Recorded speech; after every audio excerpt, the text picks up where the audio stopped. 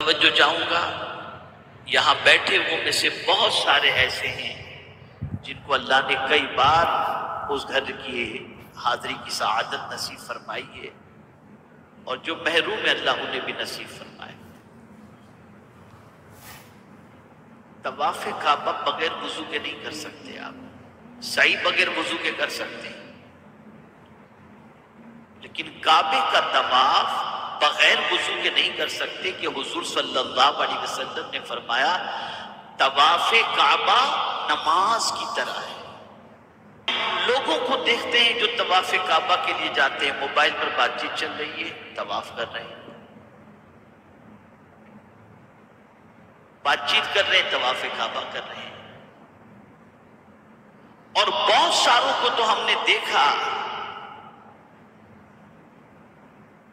کہ مطاف میں تو خیر اب بیٹھنے نہیں دیتے مردوں کو، لیکن اوپر کے حصے میں اب جہاں سے طواف نفل طواف کیا جاتا ہے، عمرے کا طواف تو نیچے سے کرنے کی اجازت ہوتی ہے احرام کی حالت میں، اور باقی کے طواف کے لیے نیچے سے اجازت نہیں ہوتی، اوپر سے کرنا پڑتا ہے۔ وہاں بھی منڈلی جمع کر کے بیٹھتے ہیں اور ساری داستانیں کرتی ہیں۔ کہاں سے سیکھا ہے مجھے یہ نہیں معلوم۔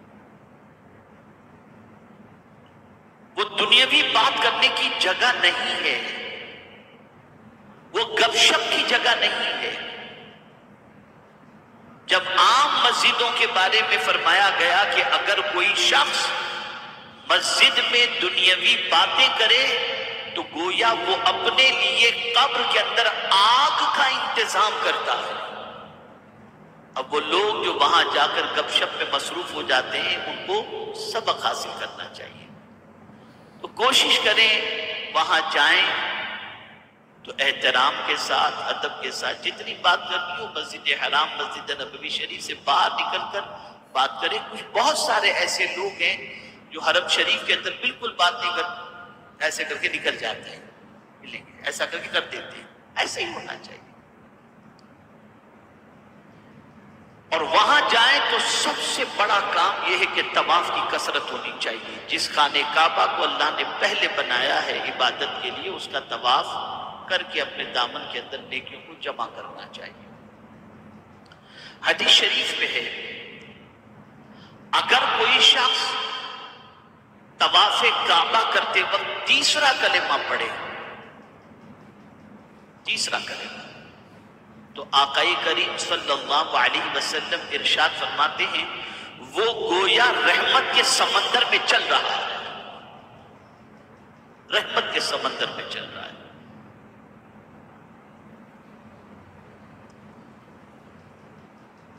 اے رسول گرامی وقار صلی اللہ تعالی علیہ وسلم کے دیوانوں، وہیں پر مقام مستجاب ہے، رکن یمانی اور حجر اسود کے درمیان کی جگہ کو مقام مستجاب کہتے ہیں۔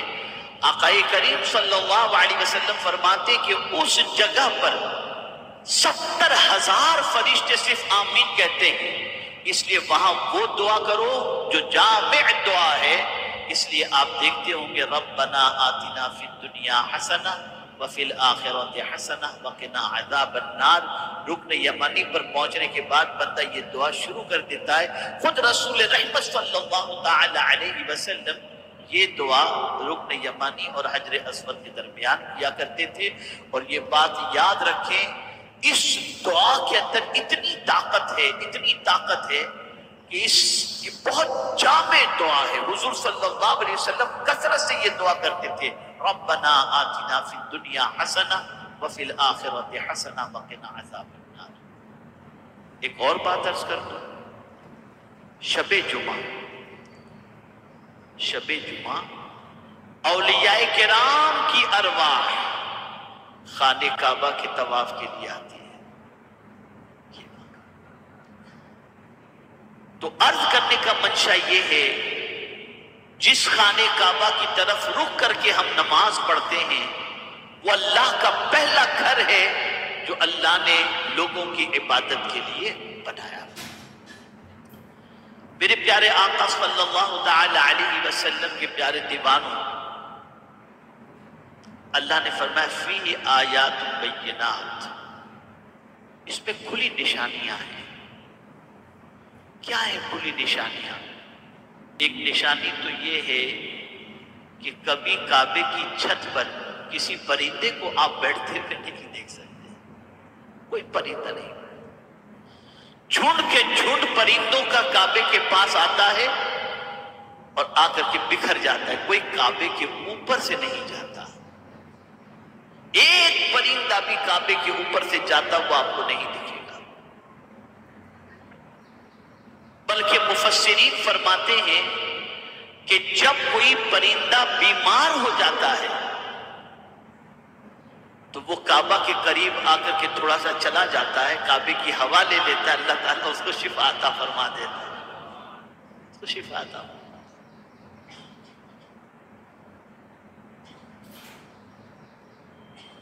میرے پیارے آقا صلی اللہ تعالی علیہ وسلم کے پیارے دیوانوں، یہ جو فرمایا گیا کہ اس میں کھلی ہوئی نشانیاں ہیں، تو ایک نشانی تو آپ نے ابھی سماعت فرمائی، دوسری نشانی مقام ابراہیم، کہ وہاں مقام ابراہیم حضرت فاروق اعظم رضی اللہ المولا تبارک و تعالی عنہ کے دل میں خیال پیدا ہوا مقام ابراہیم کو دیکھ کر کے کاش یہاں پر لوگ نماز ادا کریں، 2 رکعت نماز ادا کریں۔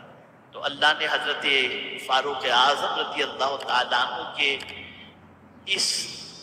ان کی اس آرزو کو اس طریقے سے پوری فرمایا کہ اب طواف جو بھی کرے گا، طواف کرنے والے کے لیے وہاں 2 رکعت ادا کرنا یہ واجب قرار دیتے ہیں، واجب الطواف۔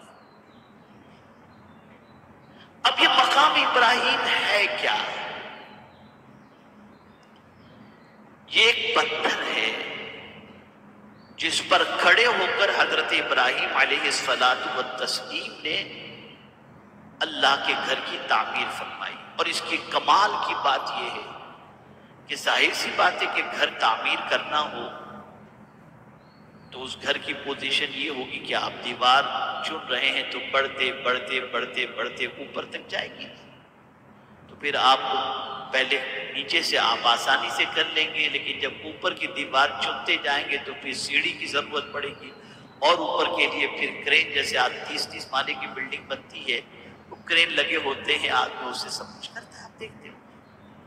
لیکن نبی کے قدموں کا کیا کہنا، حضرت ابراہیم علیہ السلام، سبحان اللہ، جیسے دیوار چنتے جاتے، دیوار بڑھتی جاتی، دیوار چنی جاتی، تو جیسے جیسے دیوار بڑھتی جاتی، اوپر جاتی جاتی، اور آپ کو تعمیر کرنا ہوتا تو قدرتی طور پر یہ پتھر بھی اوپر ہوتا چلا جاتا،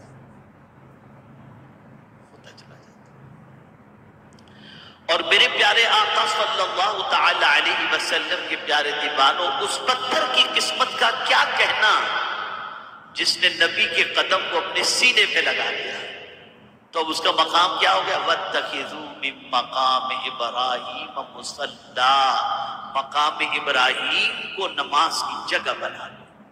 آج وہاں پر لوگ واجب الطواف 2 رکعت نماز ادا کرتے ہیں، جہاں طواف مکمل ہوا اس کے ارد گرد جہاں جگہ ملی وہاں 2 رکعت نماز ادا کر کے حضرت ابراہیم علیہ الصلاۃ والتسلیم کے مقام کو جہاں آپ نے قدم مبارک رکھے، مقام ابراہیم ہے، اس کا احترام بھی کرتے ہیں اور وہاں پر 2 رکعت نماز ادا کرنے کی کوشش کرتے ہیں۔ پھر آگے فرمایا گیا وَمَن دَخَلَهُ كَانَ آمِنًا، جو بھی حرم میں داخل ہوا وہ امان پا گیا۔ حرم تھوڑا سا سمجھ لیجیے اس کو، حرم کسے کہتے ہیں اور اس کا ایریا کتنا ہے؟ آپ اگر سمجھتے ہو کہ جو مسجد حرام ہے یہی حرم ہے، نہ، نشانات بنے ہوئے ہیں حکومت کی طرف سے کئی کلومیٹر کے دائرے کے اندر، اور وہاں لکھا ہوتا ہے کہ یہاں سے حدود حرم شروع، یا حد حرم کا اینڈ یا حرم کی ابتدا، ایسی کمان بنی ہوئی ہے، یہ حد مقرر ہے، وہاں تک پورا حرم ہے، جہاں بھی نماز پڑھو گے 1,00,000 کا ثواب اللہ عطا فرمائے گا، اور اگر 1 گناہ کیے تو 1,00,000 گناہ بھی لکھا جائے گا۔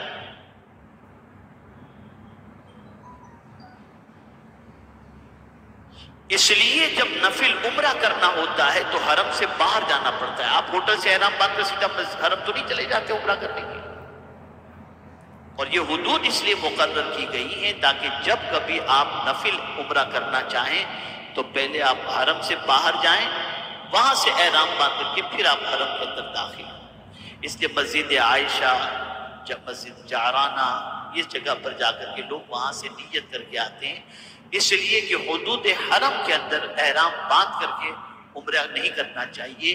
عمرہ کے لیے حدود حرم سے باہر، یہی وجہ ہے کہ مسجد عائشہ جایا جاتا ہے اور جعرانہ جایا جاتا ہے، یا حرم سے باہر جا کر وہاں سے احرام باندھ کر کے آ کر کے آدمی طواف کرتا ہے۔ میرے پیارے آقا صلی اللہ علیہ وسلم کے پیارے دیوانوں، حرم کو اللہ عز و جل نے امن بنایا، امن کی جگہ بنایا، جو اس میں داخل ہو گیا وہ امن میں آ گیا۔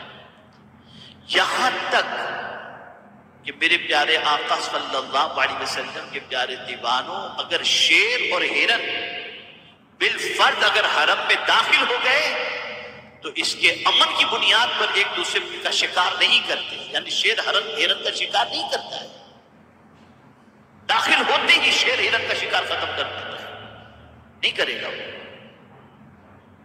اسی طریقے سے فاروق اعظم رضی اللہ المولا تبارک و تعالی عنہ فرماتے ہیں کہ میرے والد خطاب کا قاتل، فاروق اعظم کے والد کا نام تھا خطاب، تو فرماتے میرے والد خطاب کا قاتل اگر حرم میں داخل ہو گیا تو میں اس سے بدلہ نہیں لوں گا۔ یعنی یہ حرم کا مقام ہے، یہ حرم کا مقام۔ تو میرے پیارے آقا صلی اللہ تعالی علیہ وسلم کے پیارے دیوانوں، خانہ کعبہ یہ سب سے پہلا گھر ہے۔ اب اس کی طرف رک کر کے نماز پڑھنے کا ہمیں حکم ہے، کبھی ہماری توجہ اس طرف نہیں جاتی کہ آخر اس طرف رک کر کے نماز پڑھنے کا حکم کیوں ہے۔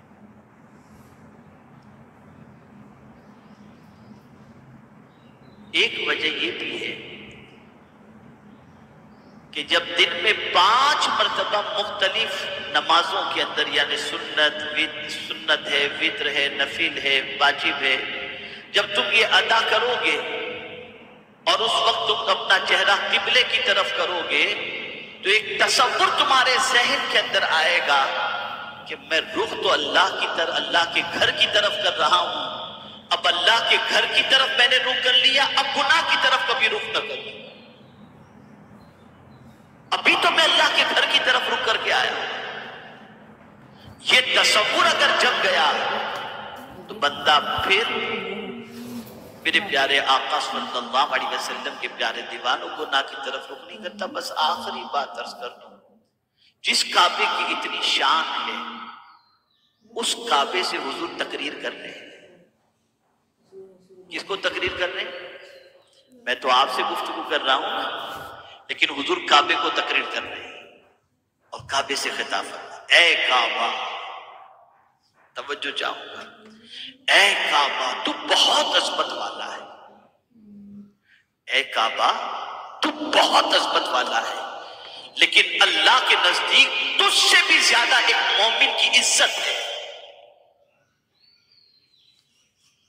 مومن کی عزت حضور صلی اللہ علیہ وسلم فرماتے کعبے سے بھی بڑھ کر ہے۔ یہی وجہ ہے کہ حضرت ابراہیم ابن ادہم رحمت اللہ تعالی علیہ 14 سال تک سفر کر کے مکہ مکرمہ پہنچے، ہر قدم پر 2 رکعت نفل، ہر قدم پر 2 رکعت نفل۔ اس طرح سے 14 سال کے بعد مکہ مکرمہ پہنچے۔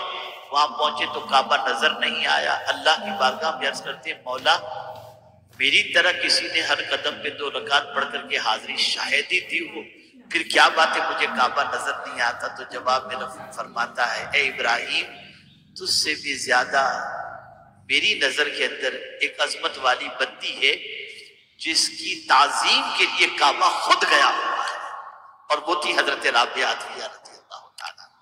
تو آپ کو جس طریقے سے کعبے کی عزت ضروری ہے اس سے زیادہ مومن کی عزت ضروری ہے۔ مومن کی عزت کرو، مومن کی آبرو پر ہاتھ نہ ڈالو، مومن کی عزت کو چھیننے کی اور اس کی عزت کو خراب کرنے کی کوشش نہ کرو، اس لیے کہ حضور کے نزدیک کعبے سے